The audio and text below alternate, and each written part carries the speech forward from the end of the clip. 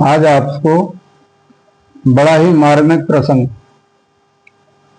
श्रवण कुमार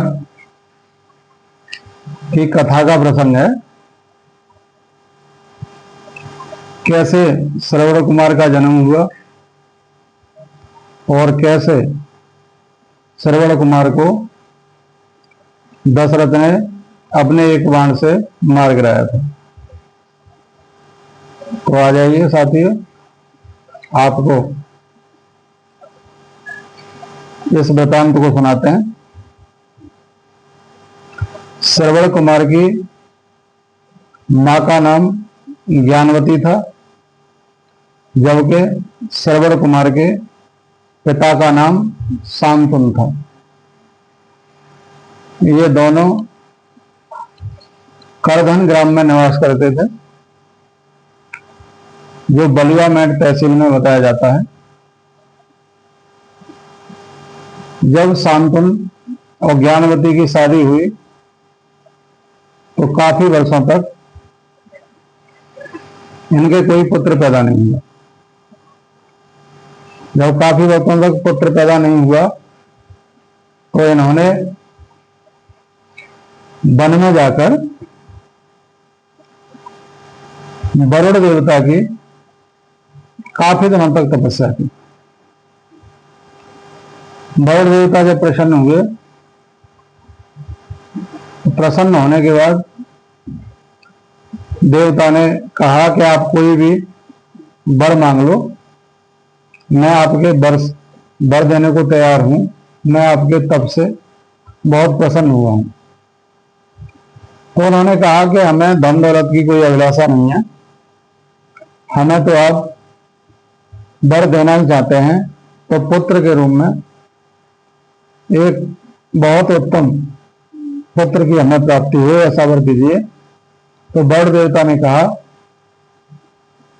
कि पुत्र का वर तो मैं आपको दे सकता हूं, लेकिन पूर्व जन्म के आपके कुछ संयोग बिगड़ गए हैं, तो आप पुत्र को गोदी में खिला पाएंगे, पुत्र से प्यार कर पाएंगे, लेकिन पुत्र को देख नहीं पाएंगे।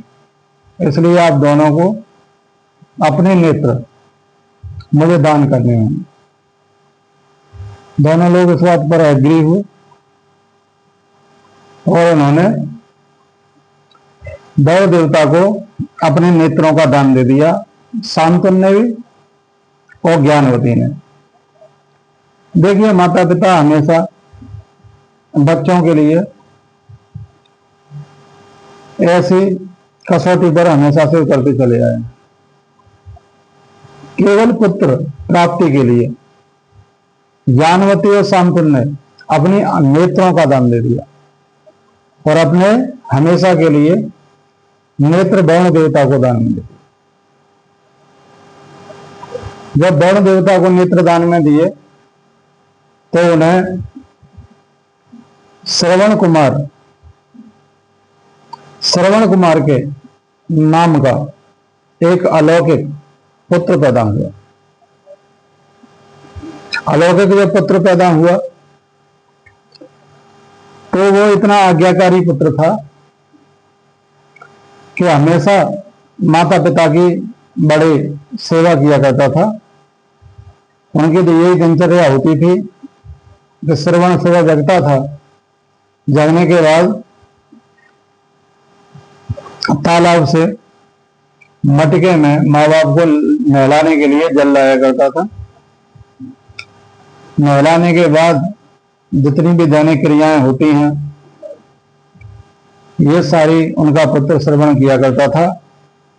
कुछ लोग अपनी कथा में ये बताते हैं कि श्रवण कुमार की पत्नी जब ब्याह के आई तो उनका ऐसा व्यवहार रहा कि वो मतलब ऐसा एक मटके का वर्णन करते हैं कि ये तो अब मैं आपसे कह नहीं सकता, अपना अपना मानना है। लेकिन अगर आप वास्तविक इसकी कथा को सही तरह से श्रवण कुमार की कथा को आप देखेंगे तो वहां कहीं ऐसा वर्णन नहीं आया कि इनकी शादी हुई थी। इनकी शादी नहीं हुई थी श्रवण कुमार की। इन्होंने शुरुआत से ही ये कह दिया था कि माता पिता ने अपने नेत्रों का दान करके मुझे पाया है, तो मैं हमेशा इनकी सेवा करूंगा। और जब वृद्धावस्था में इनके माँ बाप आए, तो वृद्धावस्था में जब माँ बाप आए तो उन्होंने कहा कि बेटा श्रवण, हम सारे तीर्थों की यात्रा करना चाहते हैं। तो क्योंकि श्रवण बहुत गरीब था, तो वो सारे तीर्थों की यात्रा नहीं करा सकता था। तो श्रवण कुमार ने एक कावड़ बना के तैयार की, जिस पर एक तरफ अपनी माता को बिठाया, एक तरफ अपने पिता को बिठाया, और श्रवण कुमार यात्रा कराते कराते अयोध्या धाम सरयू के किनारे पहुंच गए हैं। और बड़ा अच्छा सा यहाँ एक लोकगीत लोग गाते हैं, और लोकगीत में कहते हैं, जा पहुंचा सरयू तीर, भरन को नीर विपत का मारा, और जल भरने चला बेचारा। दशरथ ने मृगा जाना था और नहीं श्रवण को पहचाना था, जाने किसने मारा तीर कलेजा थारा, जल भरने चला बेचारा। ये बड़ा प्रचलित लोकगीत है, श्रवण कुमार के लिए लोग गाते हैं। तो देखिए, जब सरयू नदी के किनारे ये माँ बाप को लेके पहुंचे श्रवण कुमार, तो साय का समय था, सायकाल का समय हुआ था, यानी शाम हो गई थी।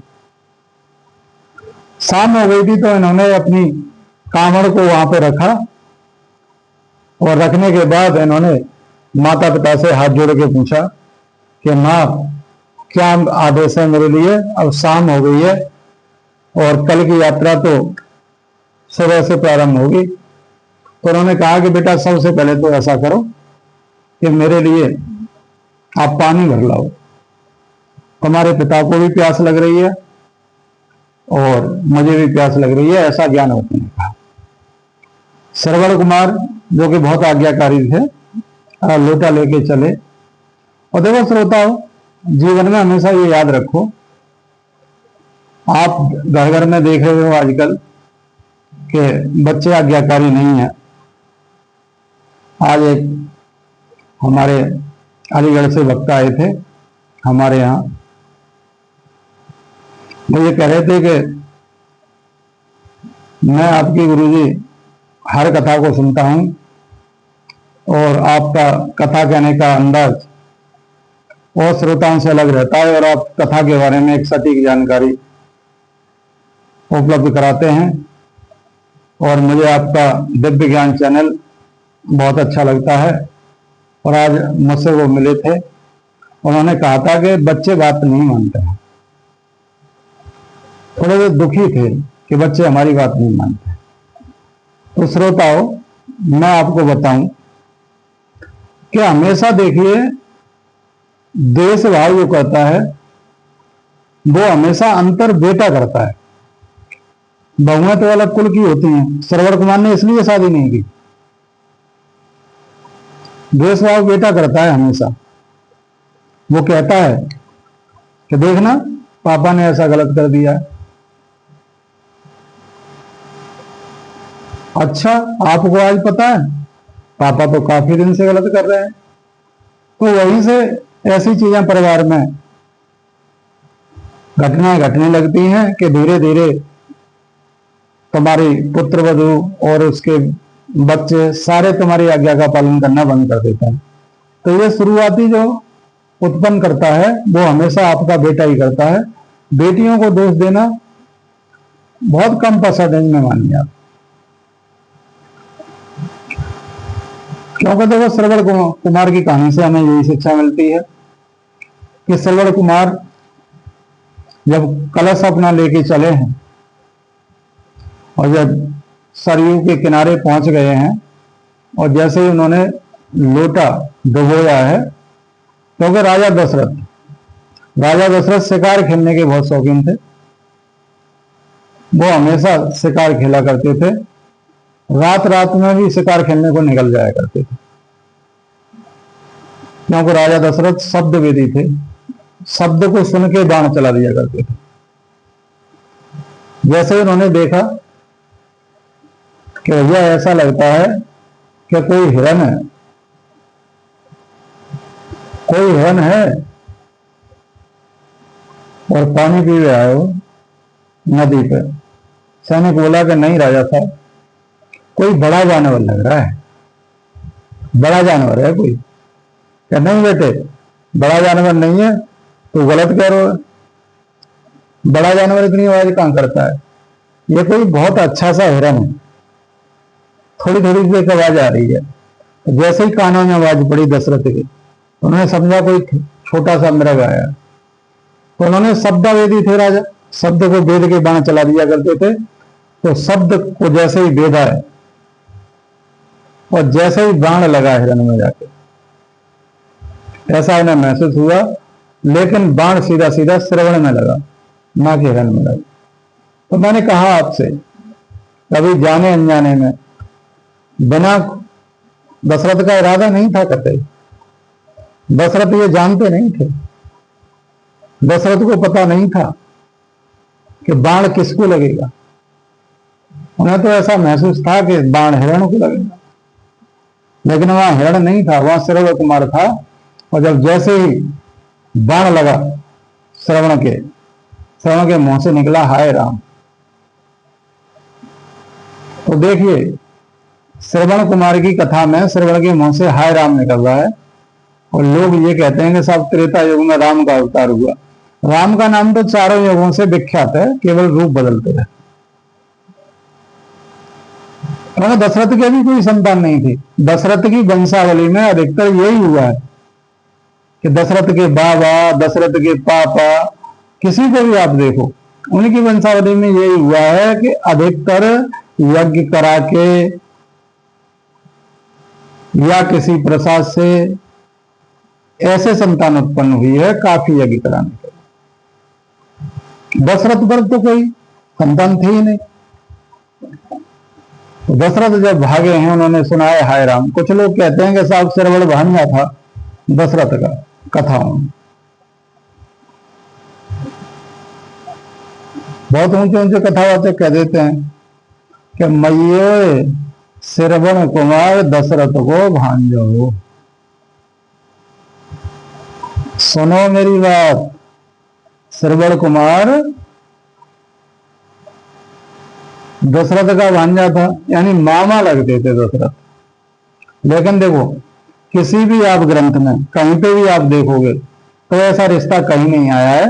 केवल एक पंजाबी लोकगीत है, पंजाबी लोकगीत है, जिसे हम प्रमाणिक नहीं मान सकते। केवल पंजाबी लोकगीत ने ये बताया।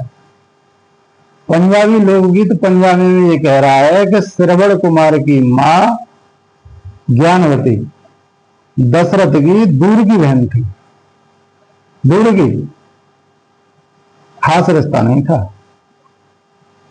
बहुत दूर की बहन थी। और बहन को भी सर्टिफाई नहीं किया उन्होंने कि बहन ही थी।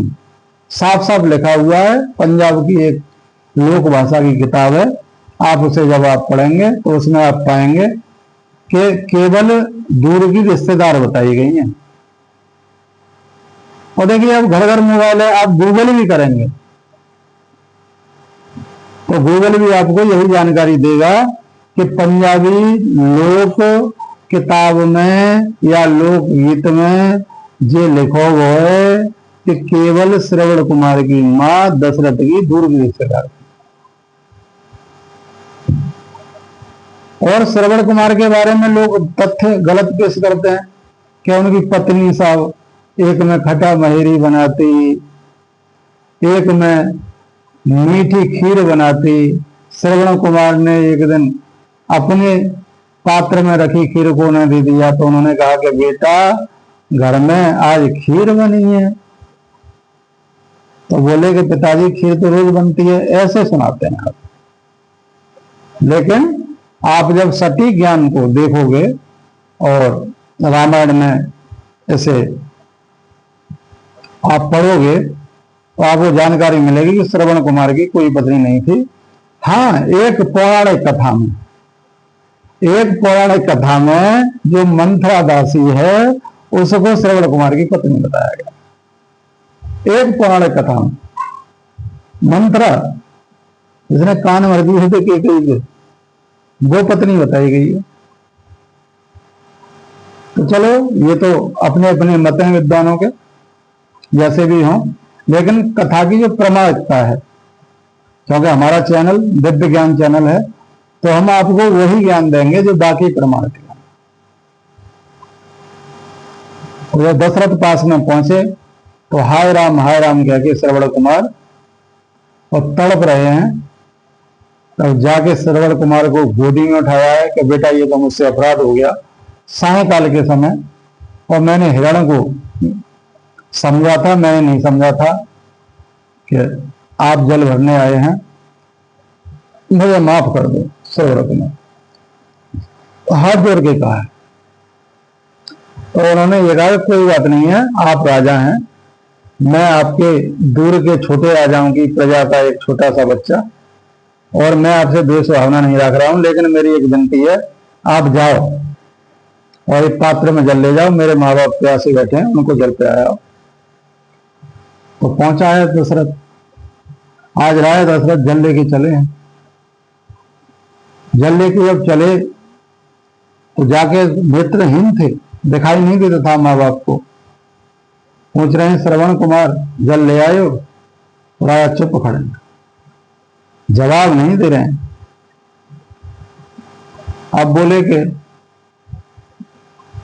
मैं श्रवण कुमार नहीं, मैं तो अयोध्या का राजा दशरथ हूं, और लो आप जल ग्रहण करो। बोलेगा हमारा बेटा कहां है, हमारा बेटा कहां रह गया? कि मैं आपके बेटे का अपराधी हूं, मेरे हाथों से आपके बेटे का वध हो गया, और मुझे आप क्षमा करें, मैंने उसे हड़ समझा था। बहुत विलाप किया, बहुत ज्यादा रोए चिल्लाए हैं। सांत्वन और ज्ञानवती हाय श्रवण ऐसे पूरे वातावरण में वहां गूंजा है, और इतनी तड़प बॉडी में उत्पन्न हुई है। तो उन्होंने कहा है कि जाओ राजा दशरथ,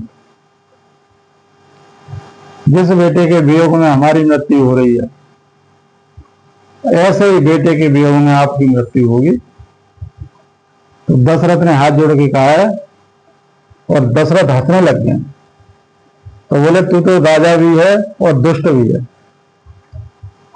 तू किसी का वध करके हंसता है, हमारे प्राण छूट रहे हो तू हंस रहा है। कि मैं इसलिए हंस रहा हूं कि चलो कम से कम अब ये कन्फर्म तो हो गया कि मेरी औलाद तो होगी, मेरी तो औलाद है ही नहीं। तो कभी कभी साप जो अभिशाप होते हैं वो वरदान बन जाते हैं। अंधी अल्लाह ने तो उन्हें साप दिया था कि आप पुत्र वियोग में प्राण छोड़ोगे, लेकिन दशरथ को तो तब तक कोई पुत्र हुआ ही नहीं था। तो दशरथ तो खुश हो गए, बोले ये साप, ये अभिशाप मुझे वरदान का कार्य करेगा। और इन्होंने दोनों के पैर छुए हैं और दशरथ अलग खड़े हो गए हैं, और श्रवण कहते कहते उन्होंने अपने प्राण त्यज दिए हैं। और इससे आगे की कथा आपको कल श्रवण कराई जाएगी। जय श्री राम।